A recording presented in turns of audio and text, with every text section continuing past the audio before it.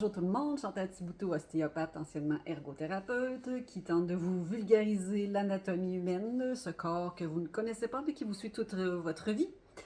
Alors, toujours mon livre d'Erickson de 2022, qui est mon ouvrage de référence. Aujourd'hui, on va parler des courbures de la colonne. Premièrement, on va parler de comment on fait les mouvements. Il y a plusieurs plans, on va en donner trois. Le plan frontal ou coronal, qui fait faire les mouvements de côté, le bras comme ça sur le côté. Si on y va en antéro-postérieur, qui est ce qu'on appelle le paramédian, c'est celui-là, sur ce plan-là, qu'on va faire, on va se pencher, on va faire les flexions de bras, de hanches. Et ensuite, si je me coupe en deux, ça c'est le plan transverse, c'est celui sur lequel on fait les torsions. Donc, si on voit M. Oscar ici, là, ce qui me mélange, c'est que dans le livre, ils font l'inverse de ce que je pensais. Donc, il faut avoir comme référence le devant du corps. Fait qu'en avant, si on part du crâne, même s'il ne considère pas comme dans la colonne, donc il est en concave. Au niveau du cou, on est en convexe, donc plus par en avant.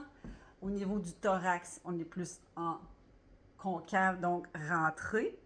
Si on va au lombaire, on est plus en convexe, donc vers l'avant. Et le sacrum ici, qui est comme en concave, qui est plus en courbure comme ça. Donc, le bébé, quand il vient au monde, il a une seule courbure, il est tout replié sur lui-même. C'est vers l'âge de 3 mois, en relevant la tête, qu'il va construire, dans le fond, son cou, sa colonne cervicale, qui va s'en aller vers le convexe. Et plus tard, quand il va se lever debout, marcher, etc., là, il va développer sa colonne lombaire en convexe. Donc, tout ce qui est en concave, ils appellent ça les courbures primaires, donc on vient au monde avec. Et les courbures secondaires, donc cervicales et lombaires, on les construit en cours de route durant notre croissance. Et vers l'âge de 10 ans, les courbures sont supposées être pas mal en place. Si on regarde les courbures comme ça convexes, donc lombaire et cervicale, on entend mon chat, c'est ce qu'on appelle les courbures en lordose. Donc, dans une vie, on peut développer des hyperlordoses. Ça, c'est plus votre médecin qui pourra vous faire le diagnostic si ça a lieu.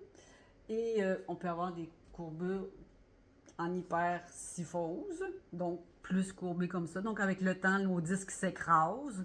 Fait qu'en vieillissant, des fois, ça peut arriver qu'on devienne plus comme ça, avec des bosses de bison, etc. Et si on est plus courbé comme ça, qu'est-ce que ça fait? On est obligé de redresser la tête. Donc, on va exagérer aussi des fois notre courbure cervicale parce que nous, on veut regarder droit devant.